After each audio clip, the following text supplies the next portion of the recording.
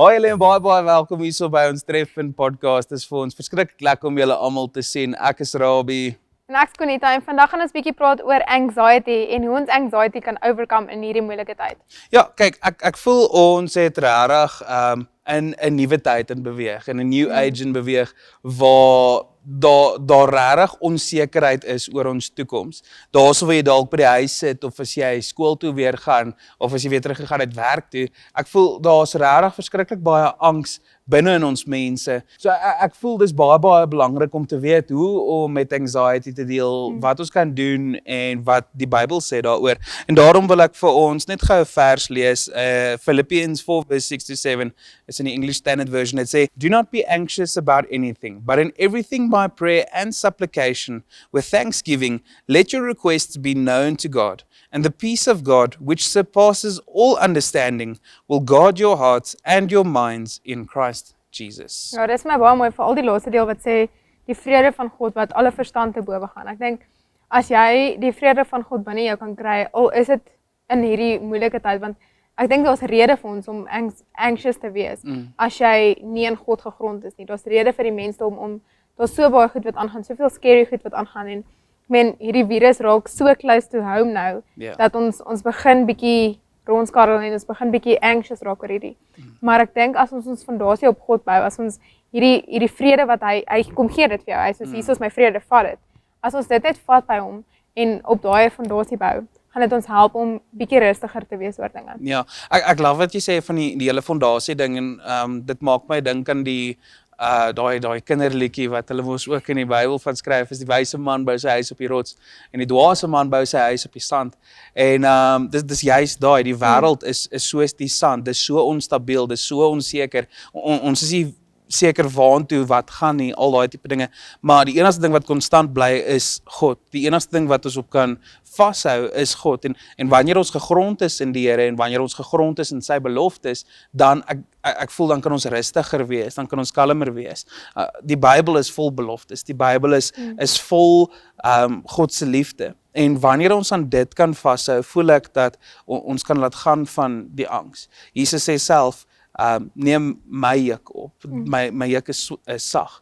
Dit is nie moeilik nie, verstaan, dit is nie ietsie wat suppose is om nog stres op 'n mens te sit nie, inteendeel, dit is makliker om dit op te sit en dan te laat gaan van die wêreld se angs en anxieties. Ja, en ek dink, hulle sê daar's 365 verse in die Bybel wat sê, do not worry, for I am with you, verstaan, so vir elke dag van die jaar is daar 'n vers wat God net kom en ons reassure.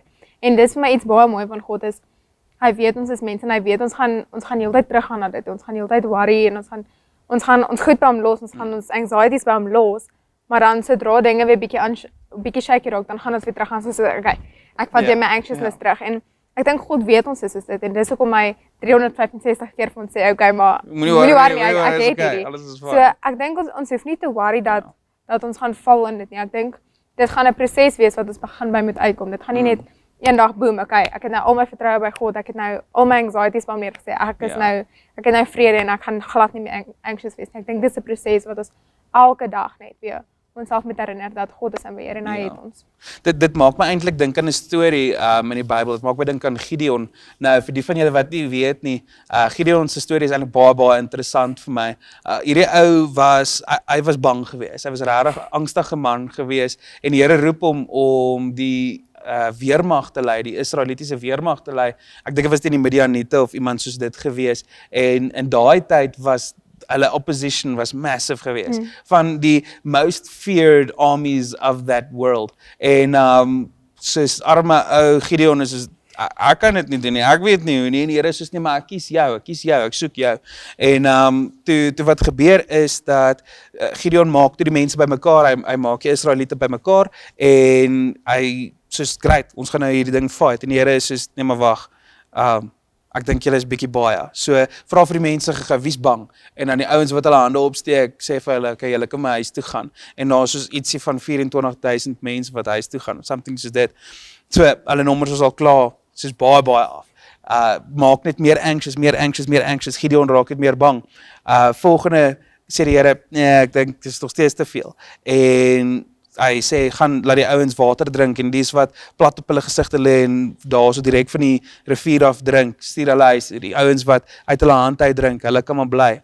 En op die einde van die dag, toe bly daar 300 mense in die weermag oor, en soos imagine net gehou, sit jouself net in hierdie arme ou se skoene, hy moes so bang gewees het, dinge moes net skeer, hy moes seker gedink het, die Here stuur hom in vir soos 'n doodsvonnis of something, en die aand wat hulle nou moes gaan beklei het, toe sê die Here vir hulle, al wat julle moet doen is op die ramshorings blaas, en julle moet net julle valke, ek dink dit was die, dis soos 'n torch, wat ook al gewees, wat hulle net, fakkels, daai, wat hulle net daar met rond swaai, en sodra hulle dit begin doen, sonder om 'n swaard op te lig, toe, soos begin die Midianiete mekaar aanval, en God kom net deur, en ek dink dis 'n mooi manier wat ons nou kan sien, al lyk dinge nou baie scary, God sal altyd deurkom op die einde, op maniere wat jy nooit sou verwag het nie. Ja, en ek dink in hierdie tyd is dit so belangrik om ek wil sê jou mental health te kyk, verstaan, na hoe jy dinge hanteer, want ons kan so vinnig, ons lewe in 'n tyd wat ek voel, baie mense val so vinnig in depressie en dis regtig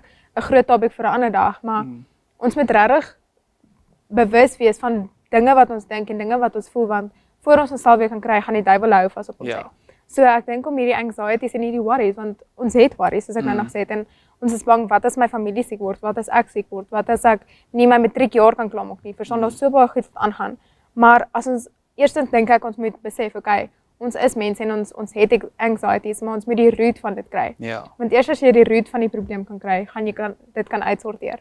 So ek dink, as ons die root kan kry, waar kom hierdie anxieties vandaan? Wat se gedagtes plan die duiwel in jou hart, of in jou gedagtes, wat jy dan anxious maak? En ek dink, as ons dit kan kry, kan ons die probleem begin analiseer. Ek love dit eintlik daarso wat jy sê, want ons het 'n ding wat ons mos hier by die jeug sê, ons sê gewoonlik dat die duiwel love dit om in die donker te speel. So die oomblik wanneer ons hierdie issue, hierdie probleem, wat ook al tot lig bring, na vore toe bring, dan hierdie duiwel nie meer 'n hou vas op ons nie. En ek dink dis hoekom dit ook so belangrik is om te kyk na, wat is die root of the problem? Waar kom jou angs vandaan, jou issues vandaan?